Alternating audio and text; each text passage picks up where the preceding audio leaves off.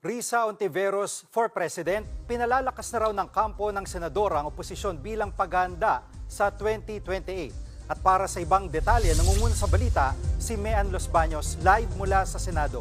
Mean, ano ang eksaktong sinabi ni Senator Ontiveros sa plano niya sa 2028? Jiggy, magandang hapon sa iyo at bagamat katatapos nga lang ng bilang Pilipino 2025 o 2025 midterm elections, hindi yan mapipigil ang grupo nila Senator Risa Hontiveros para maghanda na. At sabi nga niya ay palakasin na yung kanilang pwersa para sa 2028 presidential elections. Dahil naniniwala sila na sa susunod na 9 na buwan, critical daw yan para sila ay magsanib. Bagamat wala pa naman talagang kung sino talaga, wala pa naman talagang pangalan kung sino yung ipambabato nila sa 2028 election. Syempre, natanong natin siya dito sa kanyang press conference kung handa ba si Senator Risa Hontiveros na siya ang maging standard bearer o ipambato na bilang presidente ng kanilang grupo sa 2028 elections, lalo't gusto nilang kilalanin bilang oposisyon. Sabi ni Senator Risa, bukas siya sa lahat ng options, wala siyang tinatanggihan sa ngayon, bagamat yun din ang pakiusap niya sa kanyang mga kasamahan sa oposisyon na maging bukas din sila sa lahat ng mga posibilidad kung sino man yung mapagdesisyonan nila in the days, weeks, months to come kung sino ang kanilang magiging standard bearer. Jiggy, narito ang bahagi ng pahayag ni Senator Risa Hontiveros.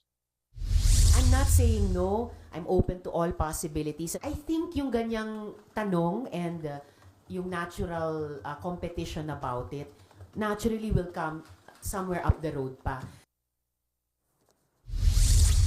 At Mean, paano raw palalakasin ni Senator Ontiveros ang oposisyon?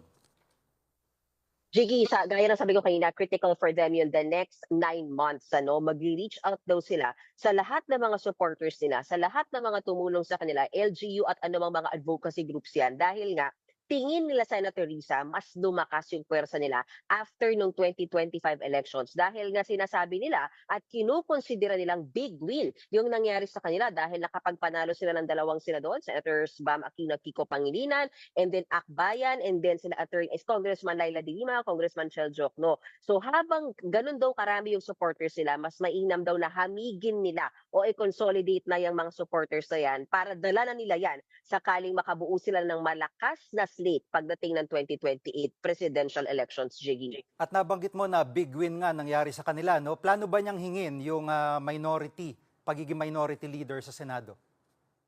Tama ka, Jiggy.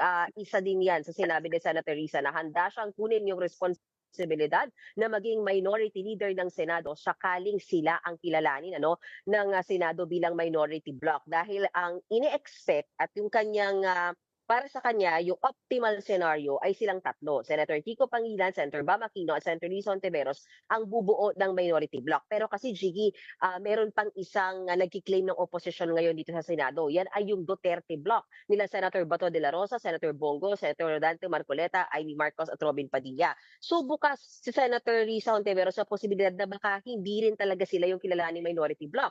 Baka daw yung grupo nila Senator Bato. Kung gano'n ang mangyari, Jiggy, may plan B daw sila Senator Risa. Sila yung tatayong independent bloc na responsable pa rin daw sa checks and balances sa gobyerno, gayon din sa mayorya ng Senado.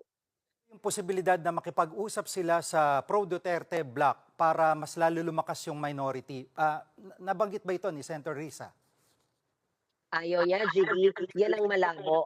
Kasi nga sinasabi nga namin, teka muna, hindi lang kayo ang opposition. May isa pang nagkiklaim na opposition. Sabi ni Senator Risa, through the years, nagkaroon naman na siya ng experience na makipagtrabaho sa mga senador.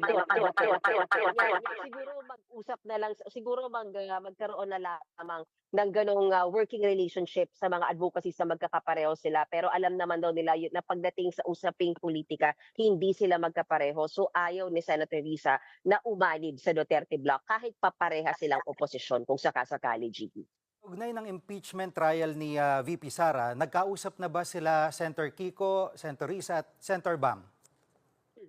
Nagsimula na raw magpulong sila Senator Risa, Jiggy at saka sila Senator Bam Aquino at Senator Kiko Pangilinan last week pa. Pero hindi na niya dinetalye kung anong laman ng pulong na yan. Pero pagdating sa impeachment trial, Jiggy, sinasabi ni Senator Risa, excited siya dyan dahil unang beses niyang uupong Senator Judge. Dati daw, nanonood lang siya. Ngayon, Senator Judge na siya. So ang sinasabi niya, matindi ang paghahanda niya, lalo't kumuha na siya ng kanyang sariling legal team para daw malaman paano ba siya aatake sa impeachment trial na ito ng matalino at epektibo. Pero iginiit niya at nilinaw niya, Jiggy, na magiging personal pa rin sa kanila at hiwa-hiwalay kung ano man yung magiging desisyon nila sa impeachment trial ni VP Sara at hindi porket magkakabloke sila nila Senator Kiko Pangilinan at Senator Bam Aquino ay pare-parehas na sila na magiging desisyon. Jiggy. Yan po si Mean Los Baños, nagulat live mula sa Senado.